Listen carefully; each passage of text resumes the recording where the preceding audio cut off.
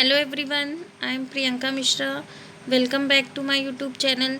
Students, आज हम class 9th Hindi से चैप्टर 1 बैलों की कथा के प्रश्न उत्तर देखेंगे। इस पार्ट का जो समरी है मैं आपको प्रीवियस वीडियो में समझा चुकी हूँ। आप हमारे चैनल पे जाके प्लेलिस्ट ऑन करके वो वीडियो देख सकते हैं। चलिए अब हम स्टार्ट करते हैं दो बैलों की कथा के प्रश्न उत्तर। प्रश्न 1 है, कांजी हाउस में कैद पशुओं की हाजिरी क्यों ली जाती होगी। कांजी हाउस क्या था, मैंने आपको बताया था ना, जहाँ पे आवारा पशुओं को रखा जाता है। तो चलिए इसका उत्तर हम देखते हैं। कांजी हाउस वह जगह होती है जहाँ पर आवारा पशुओं को पकड़कर रखा जाता है और उन सारे पशुओं का ध्यान रखने के लिए जिम्मेदारी किसकी होती है? कांजी हाउस के मालिक की होती है। जानवरों की संख्या की सही जानकारी रखने के लिए वो रोज पशुओं की हाजिरी लेता था ताकि उसे मृत या भागे हुए पशुओं की जानकारी मिलती रहे। जैसे आपकी इस क्लास में भी अटेंडेंस लगती है ना कि कौन स्टूडेंट आया है कौन नहीं आया है, वैसे ही कांजी हाउस में भी हाजिरी लगती थी। चलिए अब हम देखते हैं प्रश्न 2 है, छोटी बच्ची को बैलों के प्रति प्रेम क्यों उमड़ आया। इसका उत्तर क्या होगा? वो छोटी बच्ची जो है भैरों की बेटी थी जिसकी माँ मर चुकी थी और माँ कैसी थी? उसकी सौतेली थी, तो उसके साथ भी वो बुरा ही बर्ताव करती थी। उसने देखा कि गया उनसे दिन भर खेतों में खूब काम करवाता था। ज़रा सी गलती हो जाती थी तो मारता पीटता था और खाने के लिए क्या देता था? अंत में सूखा भूसा देता था। तो छोटी बच्ची को ऐसा लगता था ना कि जैसे बैल की हालत है वैसे ही उसकी भी वही हालत है। इसलिए वो हीरा और मोती के लिए उसके दिल में कैसी भावना थी? दया की भावना थी। चलिए देखते हैं प्रश्न नंबर 3। प्रश्न नंबर 3 है, कहानी में बैलों के माध्यम से कौन कौन से नीति विषयक मूल्य उभर कर आए हैं। चलिए देखते हैं कि कौन से मूल्य उभर कर आए हैं। इसका उत्तर होगा, इस कहानी के माध्यम से नीति विषयक मूल्य उभर कर सामने आए हैं। मनुष्य को अपने अधिकारों और अपनी स्वतंत्रता प्राप्ति के लिए आखिरी दम तक प्रयास करना चाहिए। अन्याय और अत्याचार करना अगर पाप है तो उसे सहना भी सबसे बड़ा पाप होता है।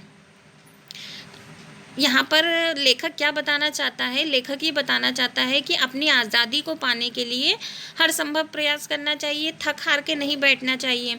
और भाई अन्याय अगर अत्याचार कोई कर रहा है तो वो तो पापी है ही, लेकिन अगर हम सह रहे हैं तो वो भी बहुत बड़ा पापी कहलाएगा। कैसा भी कठिन समय क्यों ना हो, अपने मित्रजनों का साथ कभी नहीं छोड़ना चाहिए। समस्या कितनी भी गंभीर क्यों ना हो, गंभीरतापूर्वक सोच समझकर व आपस में मिलकर बैठकर उसका हल निकाला जा सकता है। एकता में ही ताकत होती है। अगर मोती और हीरा साथ में नहीं होते दोनों, तो क्या वो इस कठिन मुसीबत से निकल पाते हैं? अलग अलग वो नहीं निकल पाते ना, साथ थे, एकता थी उनमें, तभी वो इस कठिन समय से निकल पाए थे। चलिए अब हम देखते हैं प्रश्न नंबर 4।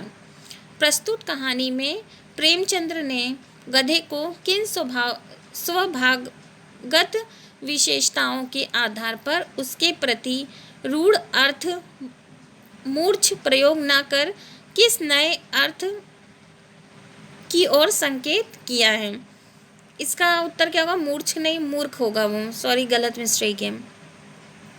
तो इसका उत्तर होगा, मुंशी प्रेमचंद्र जी कहते हैं कि गधा क्या है, स्वभाव से ही कैसा होता है?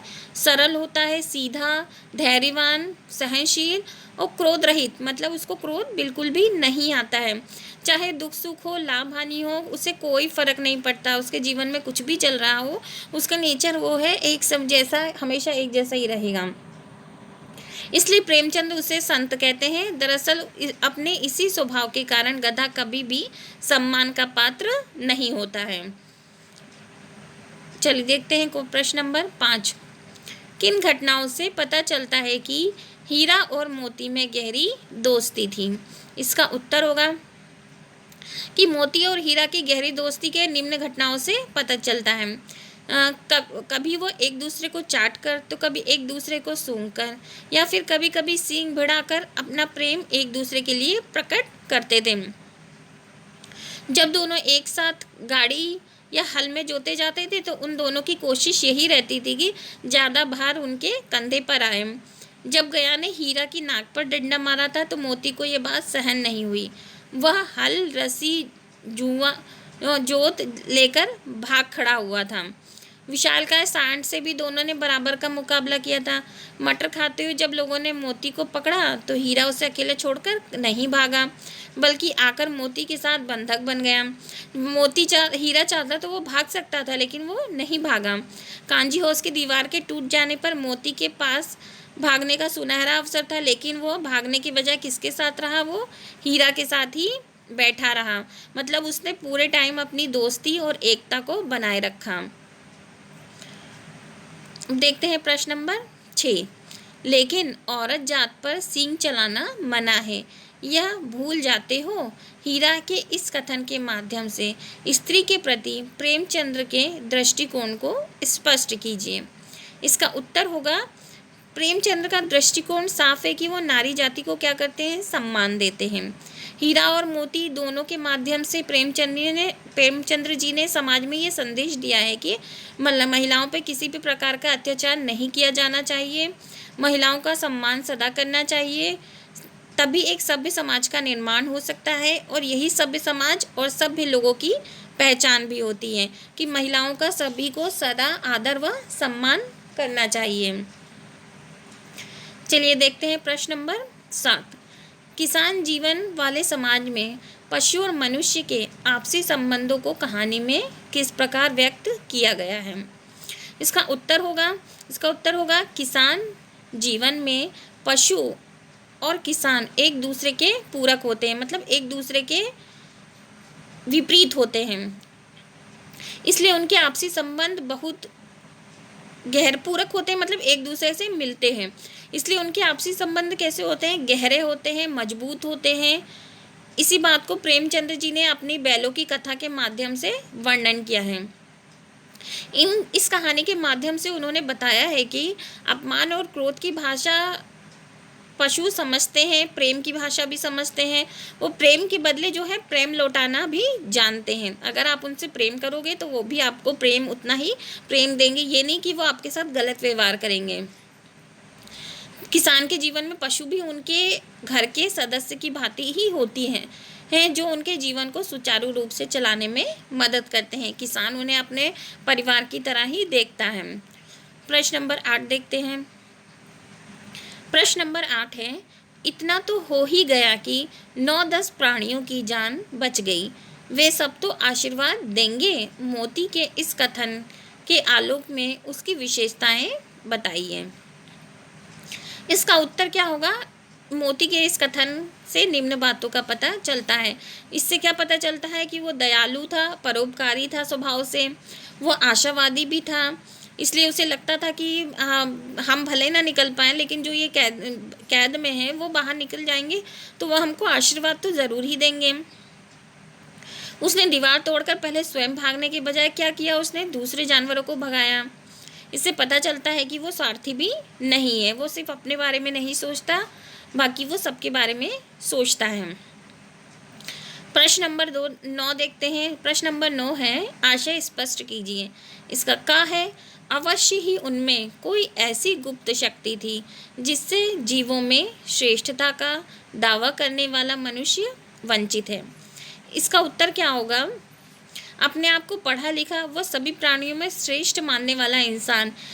देखिए, कोई भी इंसान हो ना, वो यही सोचता है कि मैं भाई बहुत इंटेलिजेंट हूँ, मेरे जितना कोई बुद्धिमान नहीं है। सभी इंसानों का यही,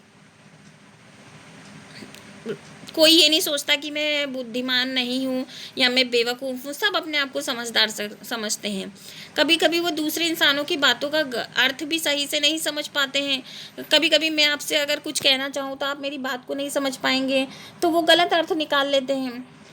जबकि जानवर होकर भी हीरा और मोती अक्सर क्या करते थे, दोनों इशारों से बातें करते थे और एक दूसरे की बातों को, मन की बातों को आसानी से समझ जाते थे। इंसान ऐसा नहीं है कि वो मन की बातों को समझ जाए, वो तो सामने बात करो तब भी बातों का गलत अर्थ निकाल लेते हैं। चलिए देखते हैं खा। उस एक रोटी से उनकी भूख तो क्या शांत होगी, पर दोनों के हृदय को मानो भोजन मिल गया। इसका उत्तर क्या होगा? गया उनको लगातार क्या कर रहा था, मार रहा था, पीट रहा था और भूखा रखता था और उनका अपमान भी करता था, जिससे क्या हो गए थे, दोनों बहुत ज़्यादा दुखी हो गए थे। वह अपने आप को कैसा महसूस कर रहे थे, बहुत ही अपमानित महसूस कर रहे थे। लेकिन जब वो एक नन्ही सी लड़की आई और उसने प्रेम पूर्वक उनको एक एक रोटी खिलाई थी, तो उसी एक रोटी से क्या हो गया था, उनका पेट भर गया था। क्योंकि गया के घर में पहली बार किसी ने उन्हें प्रेम पूर्वक व्यवहार किया था, जिससे उनके दिल को भी बहुत सुकून मिला था। चलिए देखते हैं प्रश्न नंबर 11। हीरा और मोती ने शोषण के खिलाफ आवाज़ उठाई, लेकिन उसके लिए प्रताड़ना भी सही। हीरा मोती की इस प्रतिक्रिया पर तर्क सहित अपने विचार प्रकट करें। इसका उत्तर क्या होगा? इसका उत्तर होगा, हीरा मोती ने शोषण के खिलाफ अपने कार्यों के द्वारा अपनी आवाज़ को बुलंद किया। जब उन्हें मारा पीटा गया, उनका अपमान किया गया, तो उन्होंने क्या किया? विरोध किया और हल जोतने से मना कर दिया। इसी तरह कांजी हाउस में भी जब उन पर अन्याय हुआ तो उन्हें क्या किया? खाने पीने को नहीं दिया गया, तो उन्होंने तब भी उसका विरोध किया था। हमारे ख्याल से हीरा मोती ने सही किया, क्योंकि अपने अधिकारों व अन्याय के खिलाफ आवाज़ बुलंद करना आवश्यक है। अगर आप चुप रहेंगे तो आपको लोग दबाते रहेंगे और आपके अधिकारों का हनन करते रहेंगे, जुल्म ढाते रहेंगे। इसलिए अपने हक के लिए आवाज़ उठाना आवश्यक है। देखिए, अगर आप अन्याय सहेंगे तो अगर आपको कोई मार के आप गलत हो तो कोई बात नहीं, अगर आप सही हो तो आपको सही के खिलाफ आवाज़ उठानी ही चाहिए। गलत जो चीज़ गलत है वो भाई गलत है। अगर आपने अन्याय आज सहा तो आपको वो हर दिन सहना पड़ेगा, जब तक आप उसके लिए आवाज़ नहीं उठाएंगे। और जिस दिन आपने आवाज़ उठा दी उस दिन अपने आप अन्याय बंद हो जाएगा। चलिए अब हम देखते हैं प्रश्न नंबर 12। क्या आपको लगता है कि यह कहानी आज़ादी की लड़ाई की ओर संकेत करती है? हाँ, बिल्कुल। यह कहानी प्रत्यक्ष और अप्रत्यक्ष रूप से स्वतंत्रता से भी जुड़ी है। चाहे इंसान हो या जानवर, सभी को क्या है, अपनी आज़ादी प्रिय होती है। कोई भी गुलाम बनकर नहीं रहना चाहता। मुंशी प्रेमचंद्र जी ने भी क्या किया है, हीरा और मोती के आज़ादी के संघर्ष के माध्यम से आपको ये बताने की कोशिश की है कि आज़ादी के लिए आपको निरंतर प्रयास करते रहना चाहिए, चाहे कितनी भी मुसीबतें आए, लेकिन आज़ादी को प्राप्त करना ही चाहिए। ठीक इसी तरह भारत जब अंग्रेज़ों से गुलाम था तो उसने अनेक वीर सपूतों ने अपने आज़ादी के लिए अंग्रेज़ से टक्कर ली थी और अपने प्राणों को भी त्यागा था। कई ने जेल की यात्राएं भी करनी पड़ी थी, अनेक कष्ट सहे थे, लेकिन अंत में क्या हुआ? भारत कैसा हो गया? आज़ाद हो गया। चलिए अब हम देखते हैं प्रश्न नंबर 13। प्रश्न नंबर 13 है, बस इतना ही काफ़ी है, फिर मैं भी जोर लगाता हूँ। ही भी वाक्य में किसी बात पर जोर देने का काम कर रहे हैं। ऐसे शब्दों को निपात कहते हैं। कहानी में से 5 ऐसे वाक्य छाटिए जिसमें निपात का प्रयोग हुआ हो। यहाँ पर जो है निपात का क्या मतलब होता है? निपात का मतलब वो होता है कि जब किसी शब्द जैसे सेंटेंस है उसमें भार देने के लिए, मतलब उसको जो है हाईलाइट करने के लिए निपात शब्दों का प्रयोग होता है। और ये निपात शब्द कौन कौन से हो सकते हैं? जैसे कि ही, भी तो आपको दे ही रखा है। इसके अलावा काश, तक, मत, क्या, इन शब्दों को क्या कहा जाता है? निपात शब्द कहा जाता है। चलिए अब हम देखते हैं ही शब्द से जुड़े 5 वाक्य। दोनों साथ ही उठते, यहाँ पे क्या आ रहा है ना, ही उठते, साथ नाद में मुंह डालते और एक साथ ही बैठते। एक ही विजय ने उसे संसार की सभ्य जातियों में गण्य बना दिया था। अवश्य ही उनमें कोई ऐसी गुप्त शक्ति थी जिससे जीवों में श्रेष्ठता का दावा करने वाला मनुष्य चिंतित है। आप इसके अलावा और भी वर्ड बना सकते हैं, ज़रूरी नहीं है कि यही आप वर्ड बनाएं, ठीक है। इतना तो हो ही गया कि 9-10 प्राणियों की जान बच गई, वे सब तो आशीर्वाद देंगे। अभी चार ही ग्रास खाए थे कि 2 आदमी लाठियों लिए दौड़ पड़े। अब हम किसके बनाएंगे? भी शब्द से जुड़े वाक्य बनाएंगे। भी शब्द से जुड़े वाक्य का पहला वाक्य है, गांव के इतिहास में यह घटना अब अभूतपूर्व न होकर भी महत्वपूर्ण थी। मतलब घटना तो अभूतपूर्व थी नहीं, लेकिन फिर भी कैसी थी? महत्वपूर्ण थी।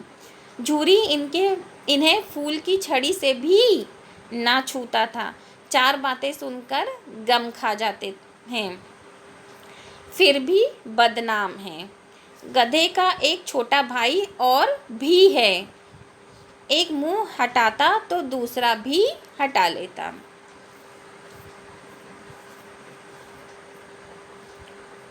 चलिए, जो है इसके प्रश्न उत्तर जो है अब समाप्त होते हैं। अब नेक्स्ट वीडियो में मैं आपको इसके MCQ क्वेश्चंस बताऊंगी, यानी बहुविकल्पीय प्रश्न उत्तर। अगर आपको हमारी वीडियो अच्छी लगी है तो प्लीज़ लाइक करिए, कमेंट भी करिए, अपने दोस्तों के साथ वीडियो शेयर भी करिए और हमारे चैनल को सब्सक्राइब भी करिए। Bye bye students.